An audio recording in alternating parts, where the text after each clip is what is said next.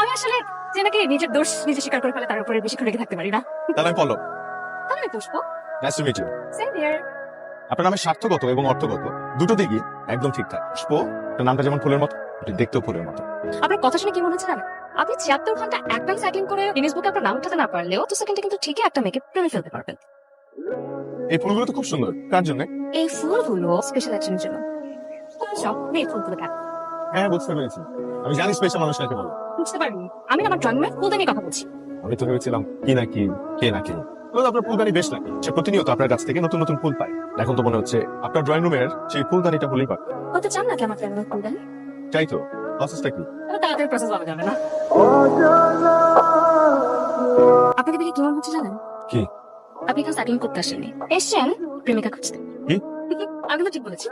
আমি চাইলেই যে কাউকে প্রেমিকা করে নিতে পারি, কিন্তু আমি সেই সকল প্রেমিকদের মতো নই জনে জনে বিব্রত করে বলবে ভালোবাসি। যে মানুষটা নিজ থেকে এসে আমাকে বলবে ভালোবাসি, যে মানুষটাকে বুকে জড়িয়ে নিয়ে আমি বলবো আমিও ভালোবাসি। কিন্তু যে কোনো প্রেমিকা এসে আপনাকে বলবে আমি ভালোবাসি, আপনি ভালোবাসেন। ভালোবাসা এমন ভালোবাসা কোনো সমীকরণ জানে না। সেই অনুভূতিকে মূল্যায়ন করেন না আমি ভালোবাসি। তাহলে সেরকম একজন প্রেমিকার জন্য অপেক্ষা করে থাকুন, পেলেও পেয়ে যেতে পারেন। আমি তো তার অপেক্ষাতেই আছি। Good morning. Good morning. আজকে আপনাকে অন্যরকম লাগছে, খুব সুন্দর করে সেজেছেন পরিপাটি। আচ্ছা, আমি না আপনাকে আমার একটা ইচ্ছের কথা বলবো আজকে। অনেকদিন ইচ্ছে যে আমার একটা সাইকেল পার্টনার থাকবে, আমরা একসাথে অনেক সুন্দর সুন্দর জায়গায় সাইক্লিং করে ঘুরে বেড়াবো। আমার যে সাইকেলের যে একটা বাস্তা থাকবে সামনে, ওটার মধ্যে একটা চায়ের ফ্লাস্ক থাকবে আর কিছু বিস্কিট থাকবে। এরকম সুন্দর মুহূর্তে প্রিয়জন পাশে থাকলে আর কেন বিষ খেতে ভালো লাগে। আপনার পাশেই তো একজন সাইকেল পার্টনার বসে আছে, সাথে দুটো সাইকেলও আছে, আর ওই যে চা ভর্তি ফ্লাস্ক আর বিস্কিট, ওটা আমি কুড়িয়ে নেবো। চলবে তো?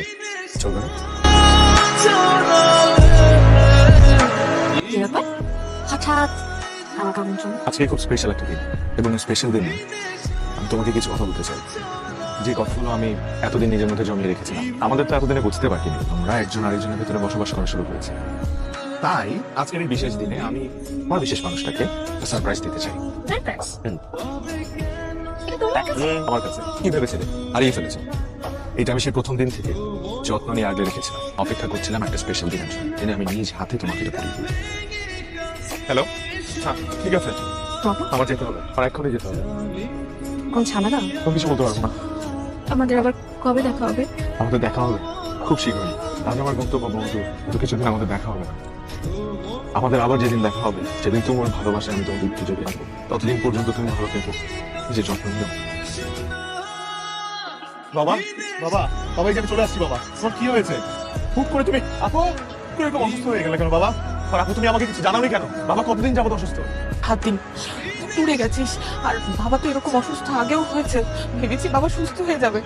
তো খারাপ অবস্থা হবে আমরা কেউ বুঝতে পারি নাই। এই লাস্ট 2 দিন বাবার অবস্থা আরো খারাপ হয়েছে। ডাক্তার আমাদেরকে দেখে বলেছে। কি বলেছে ডাক্তার? মানসিক ভাবে সুস্থ। বাবা একটা কথা বারবার বলছিল, শেষ ইচ্ছা তোর বিয়েটা দেখে যেতে চেয়েছে।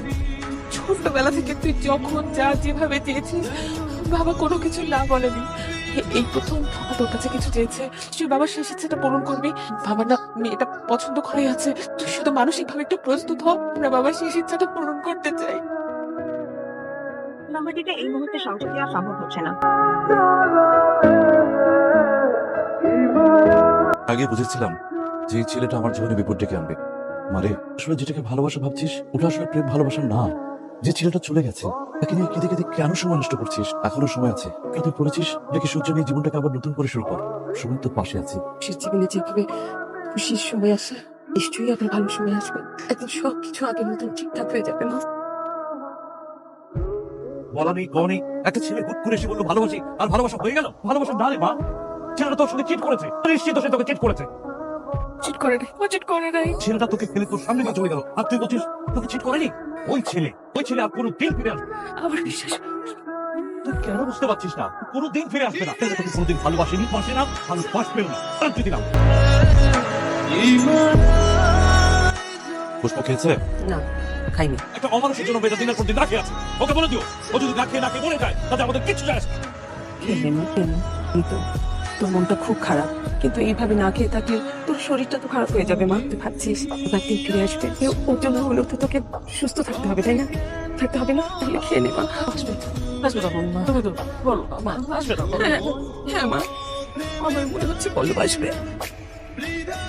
মারে 5টা বছর তো কেটে গেল, এখন একটু স্বাভাবিক হ, একটু ভালো থাক। আরে এবার আমাদের অন্তত একটু শান্তিতে থাকতে দে। আমি খারাপ আছি কি বলছি, বিশ্বাস করেন অনেক ভালো আছে। আর বাবা আমরা যেন শান্তিতে থাকতে পারি ওটার জন্য আমি একটা ব্যবস্থা করেছি। কিন্তু আসলে বলা হয় নাই, আমি একটা অনাথ আশ্রমে চাকরি নিয়েছি।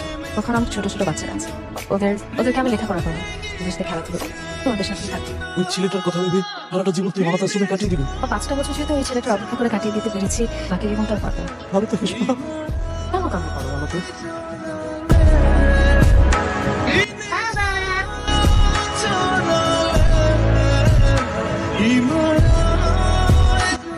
কঠিন বাস্তবতা পল্লবকে মেনে নিতে হয়েছে। বিবাহের পর থেকে পল্লব একটি বারের জন্য পুষ্পকে খুলতে পারেনি। মানসিক ভারসাম্যহীন হয়ে পড়ে পল্লব।